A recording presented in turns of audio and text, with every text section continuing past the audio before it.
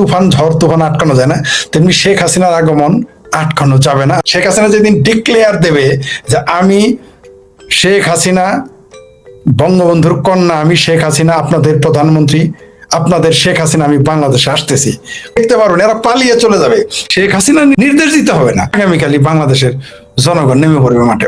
শুধুমাত্র আমার ভাবির পোলাদের মামা ওয়াকার সাহেবকে যেতে দেন বেড়াকে, তারপরে খেলা দেখবেন। দেখেন এরা জানে যে ওয়াকার যখন বেড়াকে ফিরে যাবে, এদের উন্মাদের মতো এদের মিছিলের মুখোমুখি হতে হবে, এরা উন্মাদ হয়ে যাবে জানে, তাই তারা চাপ দিয়ে ভয় দেখিয়ে এরা চাচ্ছে যে যাতে আওয়ামী লীগ মাঠে না নামে। কিন্তু তাদের এগুলো বুমেরাং হবে।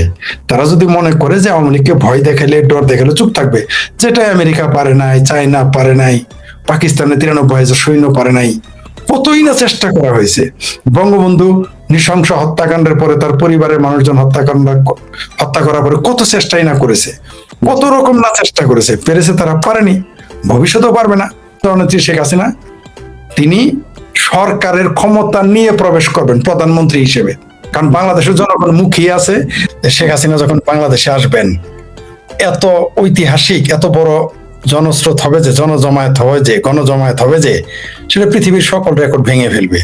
এমনকি তাকে 3 দিন, আরো এর সাথে আমি যোগ করেছি 3 দিন তাকে, মানে জননেত্রী শেখ হাসিনাকে মানে বিমানবন্দরেও রাখা যাবে না, তাকে সরাসরি টঙ্গী ইজতেমা ময়দানে নিয়ে যেতে হবে, কারণ জনগণ তাকে যেতে দেবে না, দেখার জন্য, এক পলক দেখার জন্য বসে থাকবে।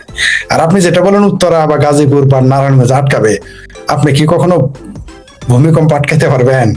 বন্যা আটকাইতে পারবেন? পারবেন না। তেমনি তুফান ঝড় তুফান আটকানো যায় না, তেমনি শেখ হাসিনার আগমন আটকানো যাবে না। আর যেটা বললেন যে জামাত তো চাচ্ছে না, বিএনপি চাচ্ছে না, পুলিশ সেনাবাহিনী চাচ্ছে না, তারা তো চাইবেই না।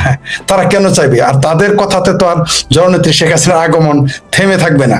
তাদের কথাই তো আর জনগণ শেখ হাসিনাকে অভ্যর্থনা জানানোর জন্য এয়ারপোর্টে যাবে না। এটাকে আপনাকে কে বলো? দেখতে পারবেন এরা পালিয়ে চলে যাবে।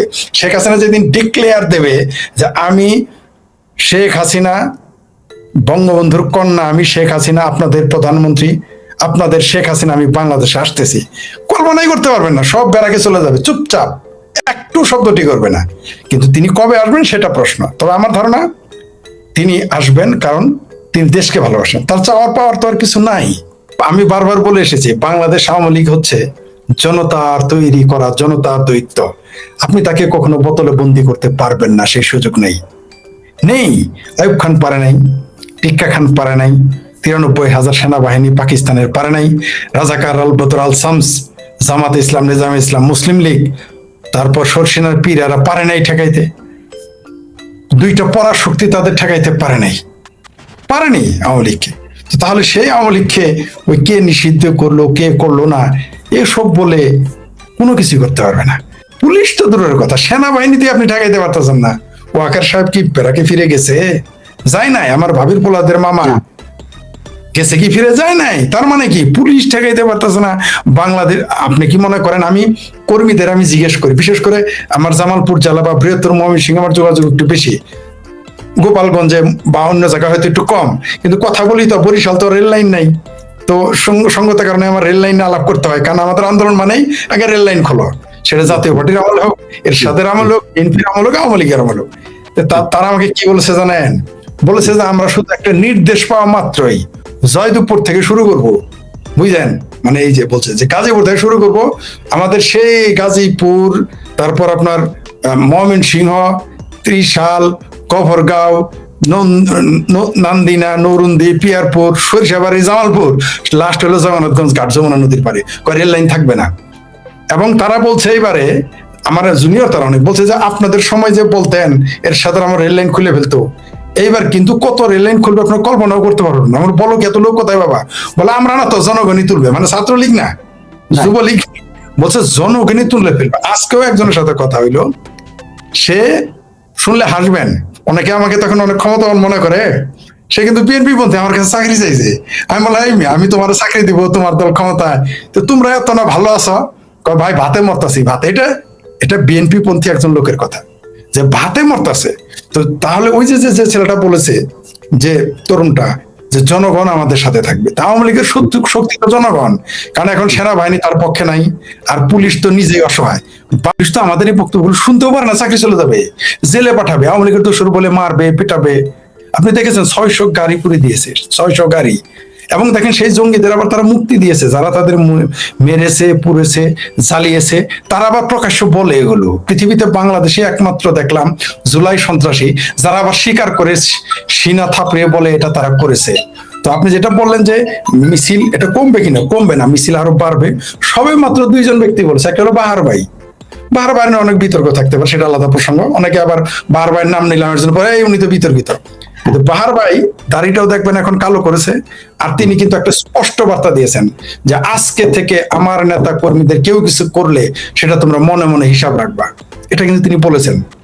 এইরকম সবাই বলা শুরু করবে, দেখবেন বাংলাদেশের 500 এই যে 460টা যে 560টা যে উপজেলা, সব জায়গায় দেখবেন এমপিরা যদি এভাবে কথা বলা শুরু করে, সাবেক এমপি বর্তমান এমপি, মানে বর্তমান বলতে লাস্ট বা তার আগের নেতারা এভাবে বলা শুরু করে, কল্পনাই করতে পারে।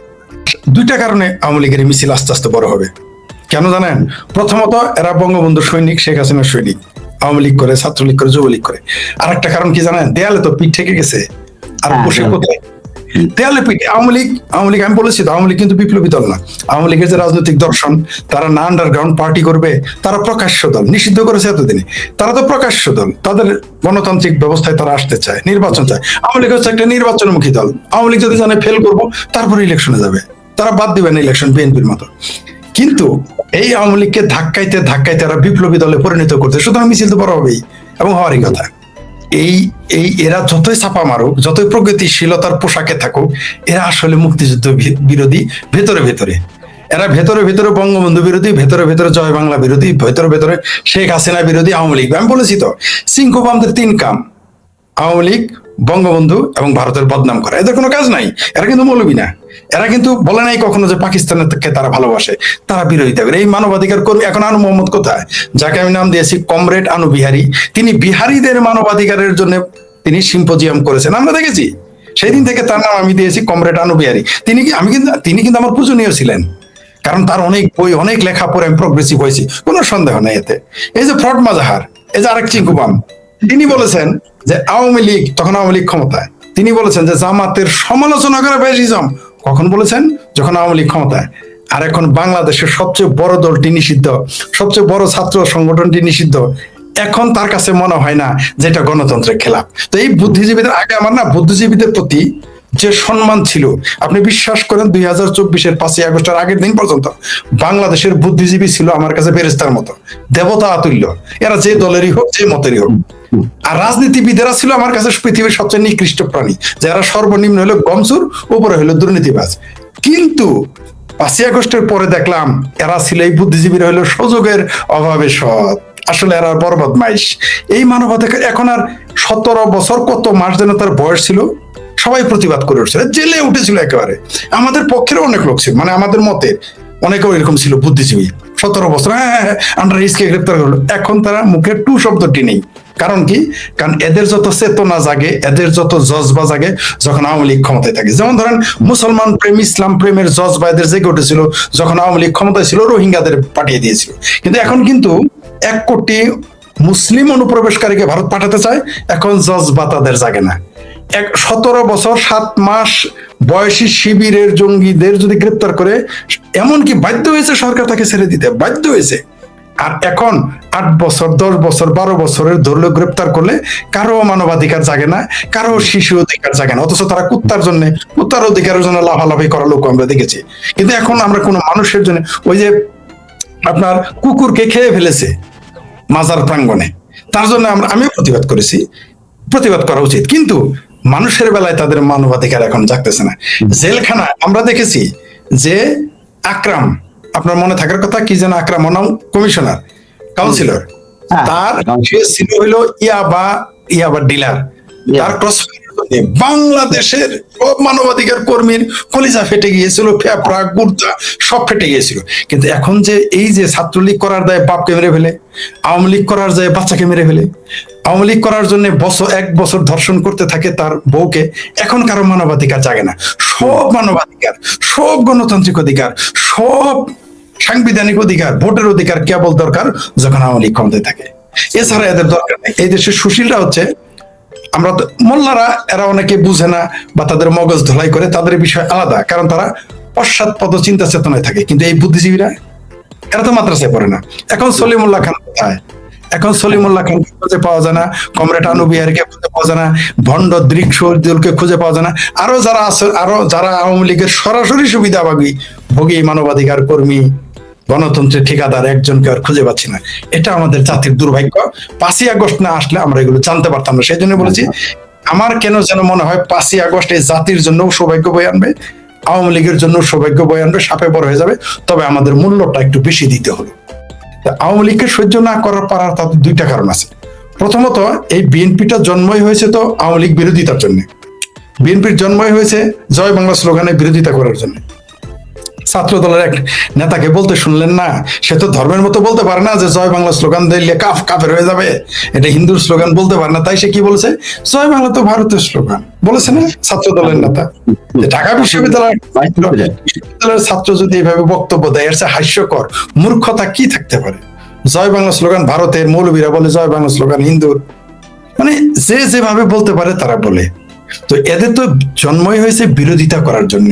এরা তো জয় বাংলা স্লোগানের বিরোধিতা করবে, আওয়ামী লীগের বিরোধিতা করবে। আর এখন তারা মনে করতেছে কি জানেন, যে আর বোধ হয় আওয়ামী লীগ ক্ষমতায় আসবে না, তাই তারা ধরাকে সরাজ্ঞান করে এই কাজগুলো করতেছে। এটা তাদের শুধুমাত্র দল হিসেবে তারা রাজনৈতিক ভাবে দলীয়তা না, এরা তো স্টাডি করে না ইতিহাস, নিজের দলের ইতিহাসই পড়ে না। তাদের দলটা কিভাবে সৃষ্টি। আচ্ছা, বঙ্গবন্ধুকে হত্যা করেছে কে? সেনাবাহিনী। জিয়াউর রহমানকে হত্যা করেছে কে? সেনাবাহিনী। তারেক রহমানের মাজার হাড্ডি ভেঙেছে কে? সেনাবাহিনী। তারা তো একটা টু শব্দটি সেনাবাহিনীর বিরুদ্ধে করতে শুনেছেন। তো এই দলটা নিজেই তো দেউলিয়া। এই দলটা এতই দেউলিয়া যে আমার ভাবির পোলারা তাদের গালি দিতে দিতে, এই পাটোয়ারি নাকি, পাটোয়ারি নাম ডারবি নাকি নাম, যে নাকি রুটি কলা বিক্রি করে ডারবি সিগারেট খাইতো। অবশ্য এখন তারা সব জমিদার। ওই যে কি যেন গণরীয় অধিকার পরিষদ নাকি গণ অধিকার পরিষদের রাশেদ এখন বিএনপি করে, সে তো বলেছে যে এদের মেসের টাকা সে দিত। মানে যে ছেলেদের টাকা আসতো এই গণ অধিকার নাকি গণরীয় অধিকার পরিষদ নামের একটা তথাকথিত পার্টি, তাদের টাকা এরা চলতো, মেসে চলতো। আর বিএনপির নেতা বলেছেন যে লোকাল বাস এরা থাকতো শিবিরের মেসে, চলতো লোকাল বাস। আজকে তারা হেলিকপ্টারে চলে, 48 ঘন্টায় 6 বার হেলিকপ্টারে উঠে। এদের 150 প্রাইভেট কার লাগে। এদের আবার রাজহাঁসের মাংস ছাড়া পেটে ভাত যায় না। পান্তা ভাত পাইতেও কিন্তু যথেষ্ট সন্দেহ ছিল, এখন তারা রাজহাঁস লাগে তাদের খাইতে। তো এরা দুনিয়ায়, তো এরা গালি দিতে দিতে বিএনপির একজন নেতা আপনার মির্জা আব্বাস সাহেব, তাকে গালি দিতে দিতে কমায় পাঠাই দিছে, টু শব্দটি করতে পারে না বিএনপি। তো এরা তো আসলে দেউলিয়া, কিন্তু একটা জায়গায় তারা বিরাট শক্তিধর। সেটা কোন জায়গায়? মুক্তিযুদ্ধের বিরুদ্ধে অবস্থান নেওয়ার জন্য। কোন জায়গায় 32 নম্বর বাড়ি ভাঙার পক্ষে অবস্থান নেয়।